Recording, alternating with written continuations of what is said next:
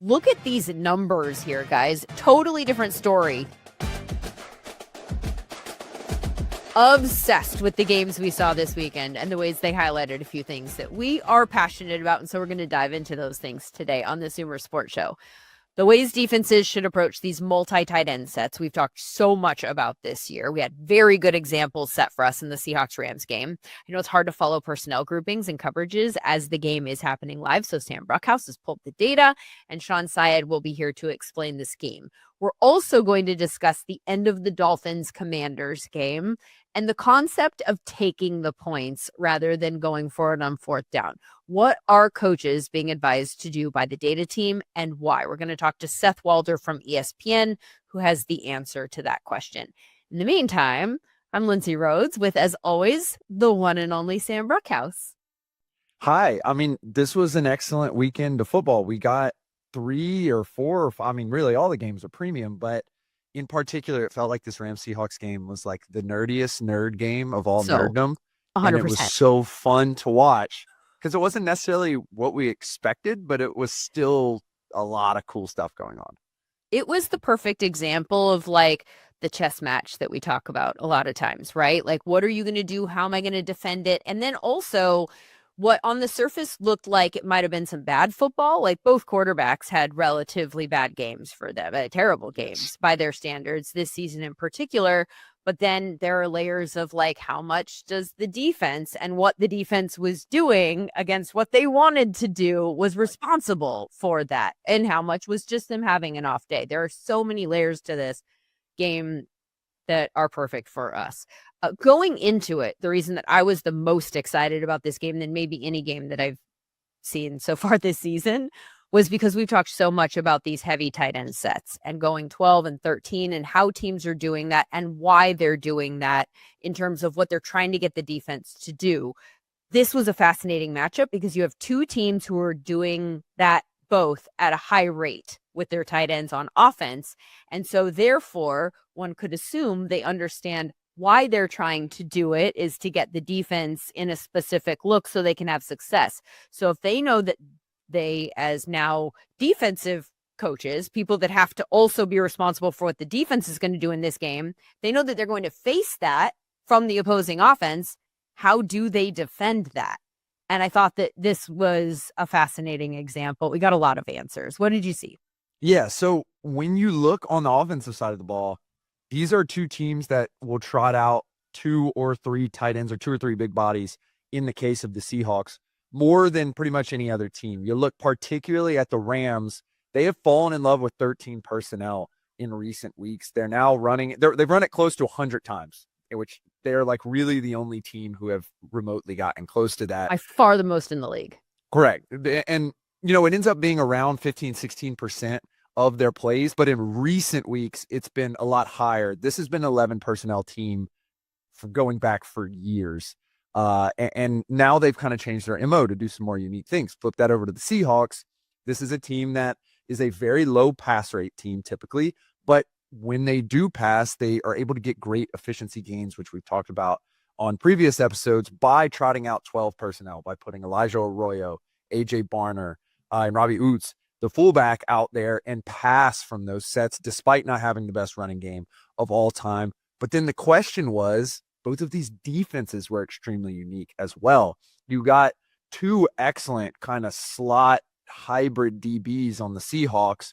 And so it was going to be really interesting to see how they matched 13 personnel. And on the flip side, you got some of the best safeties in the league on the Rams defense. And they've been playing a lot of dime. They've been playing a lot of nickel. So that was what we were kind of looking for, Lindsay. And frankly, that's what we got. We did see from a Rams standpoint, a little bit less of the 13 personnel than we saw the 2 weeks prior. Still a very high rate relative to the rest of the league. By the way, they're the only team in the NFL that uses more 13 than 12, meaning that if they're going to put multi-tight ends on the field, more often than not, they're going to put 3 of them on the field and not 2. It went down this week. Was that because they didn't get the defensive looks? Was it something that was consistent the entire game that was never part of their strategy, or did they have to move away from it as the game went on?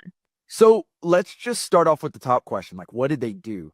On 32 total plays, they went 11 personnel. On 18 total plays, they went 13 personnel. So it was still a good number of plays, and they remained sort of consistent in the ratio that they were running it throughout the game.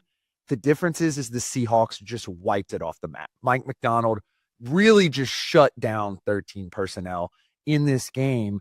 And the way they did it is by just not being afraid to trot out Nick Emenwari as a third linebacker and just say, congratulations, try to run, try to get stuff off, but you're not going to be able to run and pass against this defense.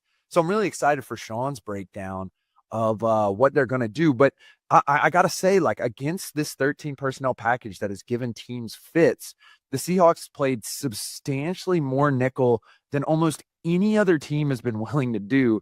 This package has been matched almost solely by base by other teams, 92.78% of the time. We've seen other teams match this with base. That is just not what they got from the Seahawks. The Seahawks really just walked up and said, this is what we're going to do 66% of the time. We're going to play nickel. They played base kind of more in those short yardage situations. And so they were really doing what kind of Mike McDonald talked about in his press conference before the game. They were really playing how they thought Stafford and Puka and Sean McVay were going to attack the team rather than necessarily that there were 3 tight ends on the field. They switched it up when the Rams went 11 personnel as well. They trotted out dime 14 times. So about half and half nickel and dime against 11 personnel. This was a true game from Mike McDonald where he was saying, we are going to cover the field and we're going to cover what you want to do because we think we have the personnel to do it. And it leads to one of the worst games of Matthew Stafford's career. And so you got to say it was successful. Now, question becomes, can other teams take this and run with it? I don't know. It's really difficult to trot out the level of talent that the Seahawks have. But if you do have that level of Seahawks talent, and I do want to mention, you think of the Ravens where Mike McDonald was, you think of the Chargers, they both have those kind of level of safeties and slot corners. They also do this quite a bit as well. So it is a defined decision. It's definitely a defined personnel decision. You think about Nick Emenwari was drafted this year. They trade up for him in the second round. But this is what Mike McDonald wants to do, and it really worked against the Rams. Real quickly, in the interest of being clear for people who maybe are like, we're using some phrases here that maybe not everybody understands. Base defense, for purposes of this conversation, is primarily we're talking about the DBs. And there are lots of different ways to describe base, but in this case, we think it's like 4 defensive backs on the field, right? Nickel is with 5 defensive backs on the field, and dime is with 6. If you see Nick Emenwari on the field, it's probably going to be nickel for the Seahawks. And so there's these different types of body types. Like Quentin Lake, for example, is the slot corner nickel back, and that's a very radically different body type than Nick Emenwari. He was like 6'4", 225 pounds. You think guys like Cooper DeJean, that's another nickel back. So it's really just the number of DBs. 4 is base, 5 is nickel, 6 is dime. It's interesting here, and this is sort of an aside. Base traditionally has meant your base defense, meaning the defense that you play most frequently and build your whole defense around. Like, this is the kind of defense that we run. I feel like that's actually not true anymore. It's kind of like standard scoring in fantasy is not actually standard anymore. Standard is PPR. That's one of these types of situations where actually the league predominantly uses nickel now. Exactly. And you look at the Rams, and the Rams are going to match 11 personnel, which is typically the most utilized personnel. They're going to match that with dime. And they've done that throughout the year. The Seahawks basically became an 11 team as this game went on. I think there was a little bit of game script to that. There's a little bit of the way that the defense was approaching it. And I think also getting Cooper Kupp back and adding Rashid Shaheed into the fold also allowed them to run a little bit more 11. But the Rams played substantially more dime against 11 personnel than the Seahawks have seen basically all year. I mean, for most of the part during the year, 81% they were getting 11 matched with nickel. Now, they typically don't run 11 personnel as much as other teams, only about 33, 35%. They ended up running it on about half of the plays and on 65% of those, 26 times. the Rams matched with dime. So the Rams like to trot out dime against like the base 11 personnel type stuff. Yeah, and we've talked about that a lot this year too, or at times, about the fact that they put 6 DBs on the field so frequently, and they're a little bit anomalous in that sense. Let's bring Sean into the conversation right now, our scheme guy here at SumerSports. Hi, Sean. This was such a fun game for, I think, all of us nerds to watch for so many different reasons. As Sam said earlier, McDonald wiped 13 off the map to a degree. What did you see that you thought was interesting about the ways that they went about doing that?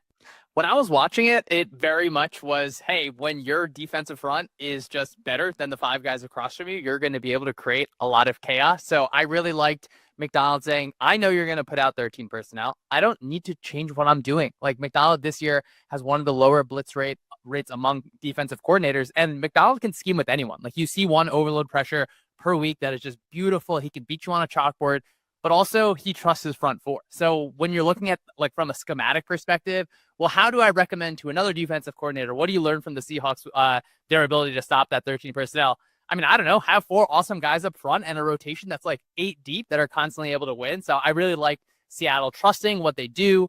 And they did, get a little bit different just in terms of your front. You're changing things a little bit. You're manipulating. Well, how does the double team work for the offense in this look against that look? But just like from a beating double teams perspective, if you're the Seahawks, you're like, all right, no one's going to be able to push us around. So that was fun to see from Seattle. So Sean, I like that you mentioned this was a decision that starts with personnel, because I think you can go on the flip side of that as well and look at what the Rams did. And so I guess that's what my biggest question is. We have these two pretty tough games from the offense, in particular from two quarterbacks who have been playing at a pretty high level. How much of this was these defenses are really, really good and have excellent fronts and great defensive backs, and how much of it was the quarterbacks just not being able to filter out what was going on any given play? Yeah, I think it has to be a little bit of both, and probably different kind of across the two circumstances, where I do think Sam Darnold played a little bit better than just looking at it and seeing 4 interceptions is going to indicate. I'm not going to say he played the best game that ever happened. I think the next time they play in a month, the most likely outcome is Darnold is not going to throw 4 interceptions. I thought the Rams did a really good job of affecting him in the pocket, get him kind of, how many times you see him turn around on play action? Like usually that first read is there. Now you have to get to your second read kind of quick. And I thought they did a good job from the secondary, just kind of playing off his eyes, have safeties closing on things and robbing some of those routes. So I do think that the Rams defense deserves a lot of credit there. Darnold, of course, didn't have we're not hanging this game in the rafters. And on the opposite side, I do think the Rams just have maybe more offensive answers that they can get to, where 13 personnel, we talked about it, right? It was nothing. It was nothing for them in this game.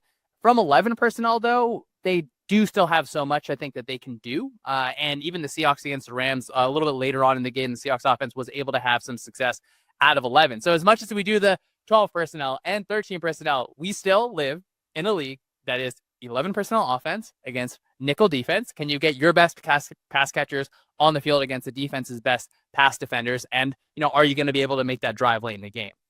So another item that I think I'm interested in is these two defenses do lean on their safeties. We talked about Kobe Bryant as a midseason All-Pro. We've talked about Cameron Kitchens. Can you talk a little bit how they were disguising what they were doing? Did you see a lot of, middle of the field, close to middle field open? Were they just playing excellent coverage? What were you seeing from those excellent personnel guys and their deployment from their defense coordinators? And the effect it had on Sam Darnold, because look at these numbers here, guys. Totally different story for Sam when the defense showed one middle of the field look pre-snap and changed it post-snap versus when the look was the same pre and post. Definitely a little bit of coverage rotation. It's not like it wasn't like sometimes you'll get some of these Brian Flores ones and you're like, I mean, how does he even think of that? So I wouldn't say it was at that level, but still enough, I think, to make things difficult. You mentioned Kitchens. I thought he had the interception where he's robbing across. Like that's a really nice job. You're continuing to hunt. You're attacking the quarterback's eyes when he has to take an extra second to throw. You're going to be able to come away with that ball. So I do think it was a good day overall from the safeties. But I mean, this to me, the fronts in this game are absolutely the thing that had the most impact kind of in both directions. You know, it's funny because you said, and I tend to agree with you that the next time that they play, we're probably not going to see a 4 interception game from Sam Darnold. But then also, you look at when the Vikings played the Rams at the end of the year last year, and guess what happened? Sam Darnold had a terrible, terrible game that started the whole downfall narrative at the end of the year that led to him leaving Minnesota. So I do kind of wonder if there is something specific about facing the Rams that is impacting him in the way that we're seeing it play out in this type of way where there are 4 interceptions. Agreed, he won't throw 4 interceptions regularly, but is there something that we're seeing from the Rams that is giving him difficulty where we're seeing his worst games come against them?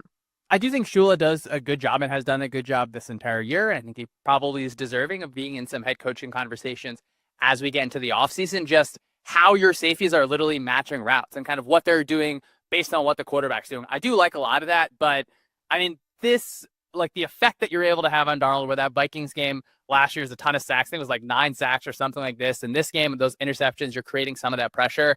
Like, I don't want to take any credit away from, like, these schemes are nice. They are fun to go through. They're fun to break down. The front, like I keep pointing to the front, like just draft guys that are really, really good up front that are able to cause a bunch of havoc. I think Gray's Abel was injured in this game, so I'm curious how long that's going to last, how that sorts of turns over, because what the Seahawks have done so good for part of this season is just limiting the amount of pure drop back. Like, I need to take the snap. I need to sit in the pocket for 2.7, 2.8 seconds and be able to find a receiver downfield. And the Rams want to make you do that over and over because eventually those guys are just going to be able to kind of beat you up front. So I like kind of that framing because the Seahawks have a murderer's row of defenses coming up. They have to face the Rams again. They have to face several other teams, notably the Colts, and that have been really doing a good job on defense as well. Do you think that defenses will play to their personnel, or do you think that they will be able to continue matching kind of light against this team because they can't run, in particular with regards to the Seahawks? You know, most teams are not as uniquely suited as the Rams are to deal with the Seahawks. So at the same time, where I feel like we learned a lot in this game, I also kind of feel like we learned a little bit of nothing, just because how many teams are really able to replicate the Rams front, play dime kind of at that consistent basis, and, you know, say like, all right, just like try and beat us inside, see what you can do. So I wonder how teams are going to adjust, because I still think defenses are going to say, all right, well, we're just going to kind of put our best 11 out there kind of in down and distance based on your personnel type situation. So I'm curious how the Vikings game is going to go, where, of course, Flores is going to have light bodies, even though he can kind of get crumpled up in the box. I wonder how the Vikings are going to attack that interior part of the Seahawks offensive line. So I think that's like the specific game that I'm looking for a lot on that schedule. I think that's the end of November coming up. Right. And so on the flip side, on the offensive side of the ball, this game kind of down the stretch, the Rams were still running a little bit of 13 personnel throughout the game, but down the stretch, this really became, 11 personnel on 11 personnel. Let's line them up and see who the best team is. And it really kind of came down to both of these defenses are really, really good. Thinking about those Vikings matchups and the Colts matchup and so forth and so on, and the rest of the Rams schedule as well, do you think that we will see them try to dominate with talent on offense and 11 personnel, or do you think we will continue to see them be able to take advantage of lesser defenses by utilizing strange personnels?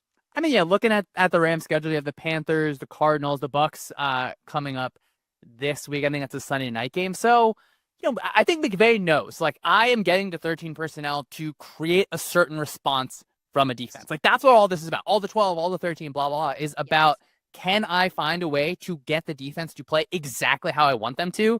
And you're not able to do that against the Seahawks. The same way I said the Rams are uniquely suited to deal with the Seahawks offense. The Seahawks defense is uniquely suited to deal with the Rams offense. So I still think McVay will get into some of that kind of those 13 looks just to see, like, all right, are you going to be like playing base consistent? I think the Buccaneers play base at a fairly high rate, where they're also successful out of some of their lighter looks. So I think McVay will get to that, but like crunch time, down the stretch of a game, I mean, we're going to see 11%. Like that's your best kind of overall grouping, I think, from like a, hey, how do we pass on nickel when we're not able to kind of force you into the box in different ways? So if anything, like we talk about, hey, this is a really good argument for having these awesome like nickel corners or nickel kind of safeties, that big nickel type body. It's also nice to have a third receiver on your team that you're really happy with. I think we can't beat that last point that you made home enough. That this is strategically to get looks that you want to get that are advantageous for you to many times pass the ball with efficiency down the field. So if the defense doesn't give you that look, then this goes away. That brings up a separate point, because now you've got a defense, some defenses here that we're talking about that said, like, I dare you, run it. That's fine. Like, we're going to take away your pass. We clearly have seen a lot of defenses not do that and feel like they need to get into base to affect the run game or account for the run game. How much are you seeing teams still doing that, even though we're starting to have this conversation about don't bite, don't fall for it? How much are teams still falling for it? And do you think we're moving in a direction where we will stop seeing these multi-tight end sets because teams are starting to catch up? I guess I see it less as like falling for it and more as like we don't feel like we're going to be able to like play good defense kind of out of this look. I do think defenses are a little bit too much of doing you put a second tight end, let's immediately get base personnel kind of on the field. But a lot of those teams, I think, don't feel the same comfort in their front as the Seahawks and the Rams. So if anything, it's like, okay, we think of defensive line as a premium position. Now it's a super premium position because of all the things that it unlocks on the defensive end. I do want to see more teams say, I think it's hard because it's a little bit of a prideful thing, a little bit of just like a natural thing. When you watch a team just run for 5 yards, 6 yards, 4 yards, like there is something I think like physically demoralizing about that on a football field. But there are times when you get that 1 yard gain. Now we're in 2nd and 9. It becomes 3rd and 8 and you become in a more positive situation. So for me, it's not my job on the line. Like I'd like to see some teams say like, you know what, just prove it to us. And I think playing against the Seahawks, that at this point, this is just like, this is the right approach. Like they're totally different running the ball. You see a little bit of success against the Rams, like make them prove it to you over and over and over again, because you have to do something to make sure you're not getting beat by some of those play action passes. I think that was a really interesting point as well, because you think about this Rams offense for the past 3 years has basically been a success rate running offense. And frankly, when they were able to move the ball in the first half and kind of get up on the Seahawks and it felt like the game may get out of control, it was because they were doing that success rate running. Mike McDonald stayed firm in the way that he approached their offense. Sure enough, the success rate dried out, as it typically does when you face a good defense. When you say success rate running, clarify that. Like, what does that mean? Yeah, so when I'm talking about success rate, it means that you're getting the 3 and 4 yards necessary to kind of stay in front of the chains. The way that we quantify that is in terms of expected points added. It's over 0 if you are adding points in quotes to what we expect you to get each play.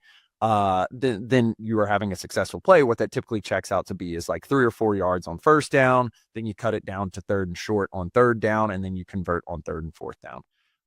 That's typically how it works. And so when you're not having explosive runs, which we saw like maybe 1 or 2 from Kyren Williams, but for the most part, it was those kind of chunk runs, but not necessarily breaking it off for a big 1st down or a touchdown, which we saw in the first half. That was when they were really able to move the ball. And moreover, that's when they were able to get to the pass. In a certain manner, they were able to do those McVay things where everything looks the same. But once the Seahawks really buckled down, even though they were still matching, they were able to both stop the run and the pass by really sticking to their guns and staying in those light boxes. Sean Syed, thank you so much for your time. Appreciate it. Appreciate it. Look, I'm excited for the next one. I'm excited for a month from now. I need the game now. It's going to be a fun one. Interestingly, that next matchup between these two teams is going to be in week 16 on Thursday night, which means, Sam, that we can watch it on Prime Vision, which is the perfect way to watch that game because of the pre-snap identifier technology, which I thought that game on Sunday begged for. You're talking about multi-tight end sets. Most of us can't see which players are on the field and where the tight ends, but we will be able to see that with Prime Vision, which labels the skill position players before the play. So excited for that. Also excited to talk about our next topic, which could broadly be described as take the points? ? Miami sparked quite a firestorm early on Sunday morning when they passed up what the audience perceived as points by not kicking a field goal at the end of regulation, choosing to go for it on 4th and 1 instead. They did not convert. People lost their minds, despite the fact that Miami did go on to win the game. And as soon as the game was over, the NFL Network studio took over, and the general theme of the conversation immediately was, why don't teams just take the points? And that is the question that I want to attempt to answer today on this show. Not to say McDaniel was right or wrong, but why he did what he did, because, Sam, there were reasons. And for that conversation, we welcome in Seth Walder, quantitative analysis expert from ESPN. Seth, what are teams being armed with for these situations from a data and logic standpoint? Yeah, sure. Hey, guys. So when teams are evaluating these decisions, the first, what they're doing generally, like beforehand, not during the game, is they're building fourth down decision models. So this is using win probability, using your expected conversion rates, and considering it. You can think about it exactly how they do this, right? You're saying, like, in any given circumstance, what would be my win probability if I go for it and I convert? What would be my win probability if I go for it and I fail? What would be the win probability if I kick and convert, kick and fail? And then you weight those by the likelihood of each of them happening. And so that's like not that complex. What's complex is creating the win probability formula, trying to figure out what your exact conversion probability is. There are definitely complexities there, but that's in essence what they're trying to do.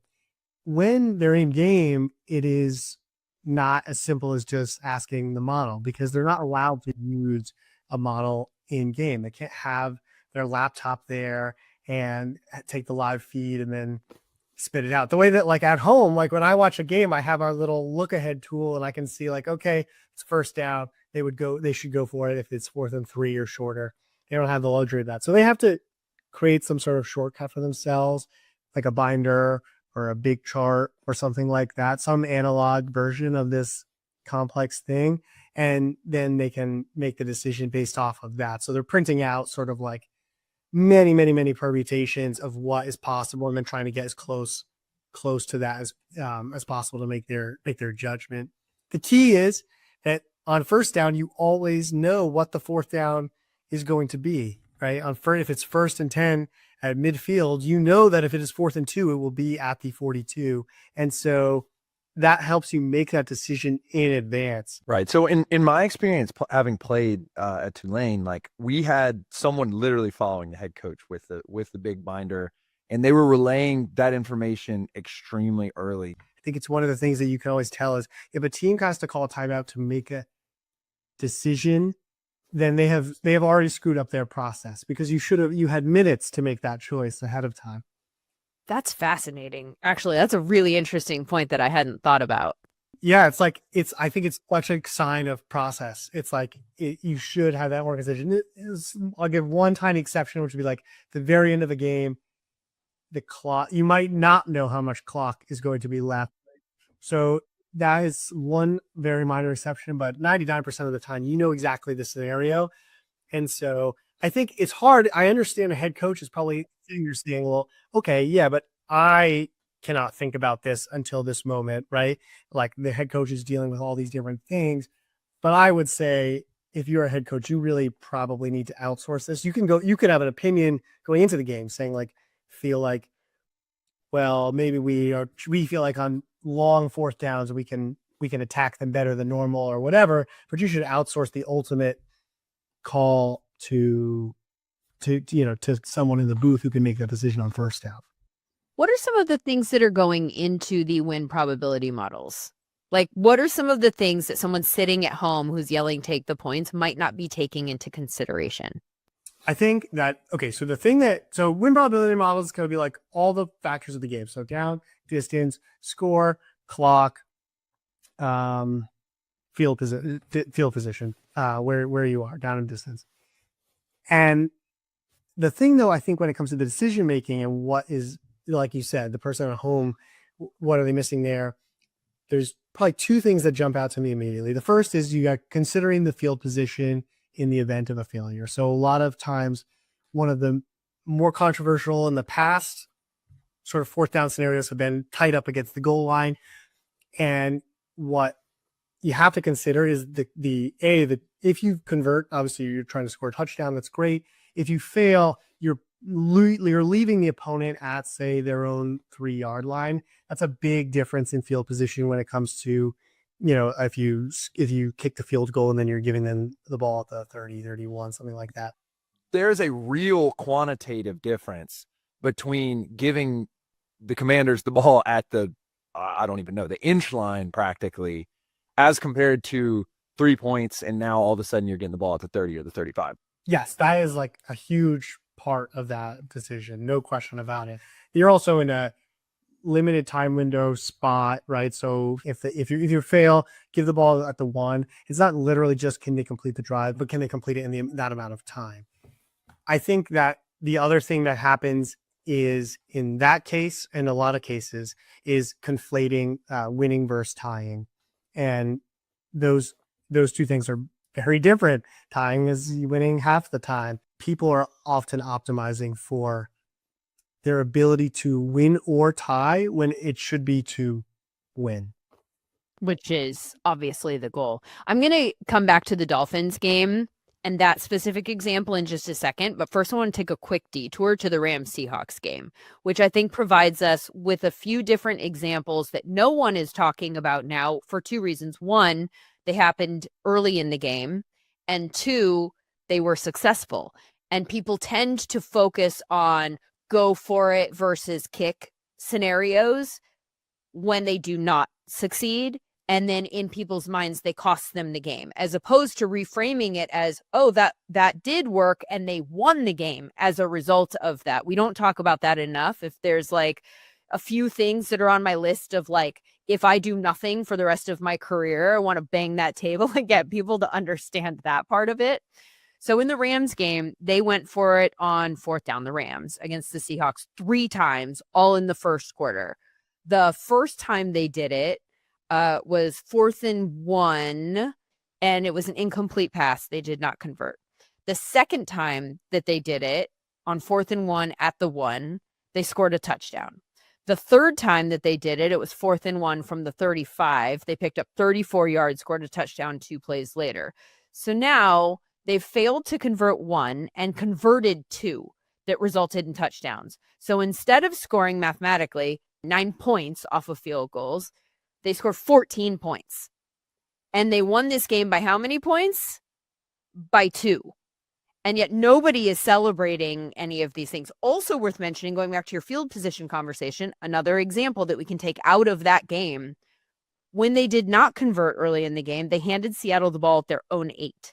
Seattle's own 8. They had 3 plays on the third play. Sam Darnold throws an interception. You could even argue that maybe the interception is potentially forced because he's trying so hard to get out of the back of his end zone, right? But point being, they didn't go anywhere with that drive. Then when the Rams scored their touchdown and they kicked off, the Seahawks took over at the 35-yard line because it was a touchback and ended up scoring 3 points on that drive. So arguably, because of the benefit of the field position that they got off of the kickoff, they're in better field position to go down the field and kick for 3 points. So if the Rams had kicked there instead of gone for it and scored the touchdown, the scores would have canceled each other out. These are parts of the calculus that people like you guys putting together the binder are taking into consideration that no one wants to think about on their couch. They just want to look at that one play and whether it worked or not. And that's the part that I think frustrates me. And I would imagine Seth might frustrate someone like you as well. Well, it helps keep me employed. So sometimes I don't mind so much. But I think like the part you said at the beginning there, like I think of it as like the attention asymmetry of 4th downs. I think is like a serious part of the reason why it hasn't been embraced as quickly as it otherwise might have. Because like take that 4th and 1 example from the 35. They don't score in that play, right? They just convert that and a couple plays later they score, you said. So if you're cutting a highlight of that drive even, let alone the game, what play are you using? You're using the touchdown. When you succeed on 4th downs, you provide the opportunity for a different highlight there. But if you fail, then the highlight is you failing on that play. And so that's why we only talk about it in one direction. And it's exactly like you said, like there's no first take panel on why it was so important for them to go for it on fourth down so that therefore they could score later on that drive. That's not going to happen, but you fail on a fourth down and it can be all we talk about for a whole Monday. So something I'm also interested in kind of with regards to this is, like you said, people are starting to kind of like pick up on these things, and the discussion is starting to change, hopefully with a discussion like this that we're having. And as we get an influx of teams who are not as talented offensively or don't have as talented offensive play callers as Mike McDaniel or Sean McVay, how we're talking about right now, as those worst teams start to attempt, more 4th and 1s, and probably even more 4th and longs as well. Do you expect that there's going to be a change? I know that perhaps there's been discussion in the academic community about there being selection bias with regards to these 4th downs of where only good teams are really going for it. Do you think that as the influx of going for it on 4th down continues in the next couple years, that some of this calculus will change, or do you think we've already pretty much hit critical mass as regards to this problem? So I think the bias would work the other way, where like in the past, worse teams attempted more 4th downs because they're in behind desperate situations and they were forced into it. I would not anticipate that being a thing that shifts dramatically over time. Going back to the Dolphins example, can you walk me through the win probabilities for that specific scenario and how the field position factors into that specific story? Because I was going back and forth with people on Twitter that were very, very angry, as you can imagine, about McDaniel. And I was trying to argue, here are the things that he's considering that actually ended up playing out in his favor in that game, right? Like all of the things that people on the outside would look at as he got lucky that these things happened are part of the probability model that tells him it's worth taking a chance here and going for it on 4th. So I think it's a really good one to talk about. And the other reason why I want to talk about this one is because, well, let me give you the numbers first, and then I'll get into it. So we were pro going for it. We gave the Dolphins a 73% chance of winning the game if they attempted a field goal, and a 76.5% chance if they attempted the 4th down. Okay. So, right. So we're judging the decision, first of all, not the outcome. And that's a 3.5 percentage point gap. That's large. And I think one thing I hear all the time is like, that's 3%. What does it matter? And when I would say about 3% is even larger than that. I'd say like, if you imagine you could start the game and the ref says, would you like to start this game the regular way? Or would you like to guarantee you take a sack on the first play of the game? Well, what would you choose? And the coach says, we want the sack. We would like to start this game on 2nd and 17. It's like, is that devastating to your chances? You can still win that game. Sure. Absolutely. But would choosing to take a sack on the first play of the game make, like, what would fans say? They would say that's absurd. And so that's, I think when we say 3 percentage points, that's when we say like, hey, no, that's a pretty large impact call. Here's what I want to get into about that play though. It's really important to evaluate these decisions on, I think of it as on 2 axes. So one is the win probability. That's the scale of the impact. But the other is the difference in what we call the break-even probability and the conversion probability. So in this case, the key number we had here is 55%. That's the break-even percentage. In other words, the Dolphins would need a 55% chance of converting that 4th and 1 to justify going for it. And we gave them a 64% chance of converting that play. That number, like, honestly, it might be a little high. One of the reasons why our conversion chances look a little high is because we have this penalty asymmetry. If you commit an offensive penalty, you can still kick the field goal. But if you got like a DPI call, then you get a new set of downs. And so there's this asymmetry on the 4th down. So all of our numbers are like, when we say 64%, it's more than an actual conversion rate from the 1. And it's taking into account that penalty asymmetry, though you're less likely to get a DPI on, 4th and 1, you're probably running the ball. So it's possible that number is a shade high. I think that I wouldn't be surprised, but you feel confident that you're over 55%? I think everybody's going to be over 55% in that spot. And so that's where I would say, okay, that gives me more confidence around the right side. Maybe, and there are times, by the way, where I would also say, we say break even chances, it could be anything, 43%, and we're at 44%. And maybe that's even a high leverage moment. So the win probability swing is large. People talk about these like matchup factors, like, oh, we can't be able to run the ball all day. Our right guard is hurt. Right. And those things can move the needle. I think it's important to recognize they can move the needle, but you got to be close probably to that break even point for that to shift your thinking. When you're talking about a 10-point gap, it's very hard, I think, to justify using one of those matchup factors to change that.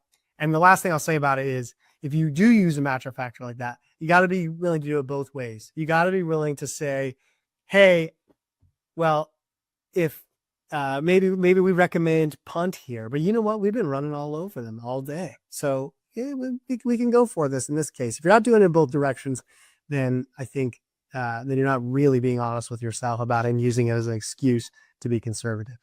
Something that also caught my ear was your discussion of asymmetry. And it strikes me that the chance of a safety also has some asymmetry, right? So if you're the offense and you're making a decision to go for it on 4th down on the inch line and you don't get it, your defense then has a chance that they can score, correct? That's a great point. Honestly, I hadn't really thought about about that. Yeah, you're right. That is that sort of like safety asymmetry. I mean, yes, in general, you have that was part of the value, is that if you fail, you're leaving them in bad field position. What I hear from people a lot is that the situation at the end of the game, the take the points circumstances is different. I laid out a scenario for you for the Rams game, and all 3 scenarios were in the first quarter, and people will say that's different. There's so much game left. If you have a tie game and a minute 44 to go and you have a chance to take points, put something on the board that could win the game, as we've established, that wouldn't necessarily have been the case. But if you have the chance to do that, you should do that.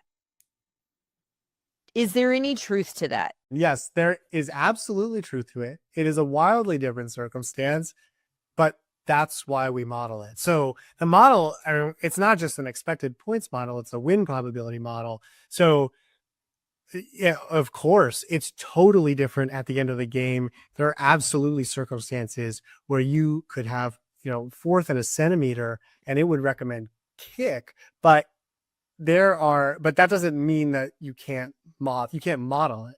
No, that's where you need the model more than anywhere else. Would those scenarios be there are seconds left on the clock and the other team doesn't have a chance to take over the ball? Yeah, yes. If we're talking about the inch line, but then if we're farther away from the end zone, also it could factor in as well, right? Like in this case, if you convert the 4th down, you have scored a touchdown, and that is not. If you were at the 10, that wouldn't necessarily be true. If you were facing right? If you were at the 10 and there was less time left, you were facing time constraint, that could matter as well. But yeah, certainly, okay, if they were in the exact same spot on the field, but there was less time left, then yeah, sure, then kick.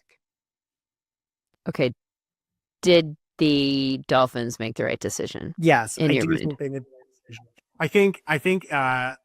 decision. I would be comfortable saying I think they made the right decision. I think it's very fair to say it is possibly more narrow than our numbers might have suggested in that spot. I think we tend to be a shade high right near the goal line, and that to me is totally within the realm, but I don't see how we could get it to where they would be a sub 55% to convert there, and that's really the key question. Seth Welder, thank you so much for your time. Really appreciate you walking us through that. Thanks. Lindsay, I think that really put into relief how these decisions are made, and also like everything that it's accounted for when it really comes down to how these decisions are made. And obviously it's great for us to feel, confirmed in our feelings about how these decisions need to be made moving forward. But I think Seth did a really, really good job of breaking down like each individual piece and how it moves forward in how these decisions kind of come about. Yeah, my big thing here is and I knew nothing about data prior to, and still kind of don't in a lot of ways. Like, you're a data scientist. This is your thing, right? I did more traditional NFL broadcasting for the majority of my career and have only kind of waded into this area in the last 5 years or so. And I'm curious about, why is this thing that you're saying is true? Why is it true? Why is this thing important? Why is this metric better than that metric? Like, and I think my thing with this is that I don't feel like enough people are curious about it. Enough people people are so dug in to, like, hey, we've always done this. We should continue doing this. And what I don't understand is why more people aren't saying, why are they doing this? Let me figure out the why behind all of this before I start screaming at the coach for the fact that they're doing it. And maybe I'm even looking at it from a broadcaster's perspective. I mean, you and I think, are on the same page. Like, we both love Greg Olson, partially because he is curious. He clearly comes from a traditional football background, but he has made an effort to understand these ways that data has impacted the decisions that coaches are making on the field, the ways that front offices are making moves now, in ways that I think have clearly made him a better broadcaster for it, because he can explain what's happening. That's what we want from our broadcasters, is to tell us why they did this thing. It doesn't have to be that you agree with it. At the end of the day, I'm fine with every viewer at home going, I wouldn't have done that, Mike McDaniel. But what I want for people to take a second to learn before they come to that conclusion is why he did it. And it's frustrating for me that people look at these decisions and have judgment calls about them when they actually don't know the information behind it. Right. And I think Seth highlighted two things that were really cool. Number one is that this problem is, I don't want to call it solved, but it is extremely well studied and people are very confident about what the data is saying. And I think he did a really good job of highlighting why that is the way it is, particularly for them at ESPN and kind of the open source as well. And then the second item, kind of piggybacking off of that, is because of what the data says, the narrative has grown. The curiosity that can be dug into, there's more of it. And so really just sitting there and being like, oh, we should have kicked that. That's not the entire story in a narrative-based sport. What the true narrative is, and you mentioned Greg Olson, I think he does a good job of doing this, is like, when you line up to kick, you are functionally gaining 3 times whatever the probability of you making that kick is, which is probably high. It's probably like 80, 90%. It's shorter than what the old extra points were. So you're getting what? I mean, like 2.6, 2.7 points. But as Seth said, you're functionally just giving them a point on the flip side by kicking it to the 35. So instead of having a potential safety or making them go the length of the field, and ironically playing the field position game by going for it, what you're really doing is basically putting yourself in a position where you're functionally giving the other team points. And I think that's a better way to think about it. And I think rather than just pointing at the one play, which, that's easy to do for interceptions where it's a massive swing in the game, but like there's so much more to these stories in the game, and there's so much more to these decisions and what it means for the next play or the play after that. And I think when you bring up that Rams example, that's an excellent example of how that's the case. And if you compare and contrast those two decisions, they're really very similar. And I think that's the real difference that people have to realize. I mean, this same is true for, it's weird that this week kind of had a theme in this regard. The Lions went for it on 4th down. This is a week where that did not work as well as it has for them historically. And people are up in arms about Dan Campbell being stubborn and continuing to stick to a trend that is not working for him in this particular situation. One thing that I would say in response to that is that this is what he always does. And last year, it led to him outscoring his opponents by 222 points, by far the most in the NFL. The next closest, I believe, was the Eagles at plus 160. Like, they're not even in the same ballpark. So clearly this approach works. This is why his teams are dominant the way that they are. You don't get to just pick the one time it didn't work and say, you're a moron because it didn't work this time. Now, that said, zooming out, is there something to be said for him doing that against most opponents, but not doing it in circumstances where the defense, like going back to Sean's point, right, with the 13 personnel, the 2 tight ends, and like, oh, but the Rams have this really strong defensive front, and most teams don't have that. So the circumstances of one specific game might be, this isn't going to work against them. Don't do it. And I think that that's fair feedback. Is that maybe the case in that situation? Like, are there circumstances where normally we say go for it on fourth with a great deal of frequency, and not all the time. Analytics are not saying that all the time, but a lot of the time. Is it fair to say in this particular case that wasn't smart? Like Lions Eagles this past week. I think that one of the coolest things that Seth was talking about is like the double axis of how to identify these scenarios. And if I'm Dan Campbell and I have one of the best offenses in the league, even if I am facing a good defense, I believe I can get 2 and 3 yards. Like I played Army and Navy every year, and this is a core tenet of the way that they play, given that they are less talented than everyone else, that they believe they can get 2 and 3 yards. And so if I'm the Detroit Lions and I believe I am more talented than everyone else, that break-even point is much lower than really expected. And really, if you're really looking at the numbers, there's probably a pretty big gap between what you can expect the Detroit Lions to get on an even play, even against the best defenses, as compared to what you would actually need the break-even point to be for an average team. And I think it's very funny. Another interesting thing that he mentioned, we talked about asymmetry a lot, but it kind of went, it was a little subtle, but the Philadelphia Eagles also went for a lot of 4th downs in that game. And because of the asymmetry of penalties, like there was the weird false start penalty. Then all of a sudden they're punting the ball away. And then there was another scenario where they didn't get it, but the tush push is considered a 91 percentile play in getting those 4th downs. So no one even questions those. And so if you really compare the times that, the tush push didn't work twice, there was 2 false starts, one of which was a refereeing error. The other one was one of the tailbacks jumping. When you consider all that stuff, really the Eagles were in a very, very similar spot. And so I think that's why you just have to continue to be aggressive. And the vibes of being aggressive all the time sometimes are even better than the analytics when it really comes down to it. That Miami game, they don't get it on 4th and 1 at the 1. Washington, they actually lose yards. So Washington takes over at the 3. They end up kicking a 56-yard field goal. And it's no good because it's a long field goal. And it might have been good. Chances are we've seen kickers make 56-yard field goals this year. Yeah. But it's a harder field goal to make than if it had been a 46-yard field goal.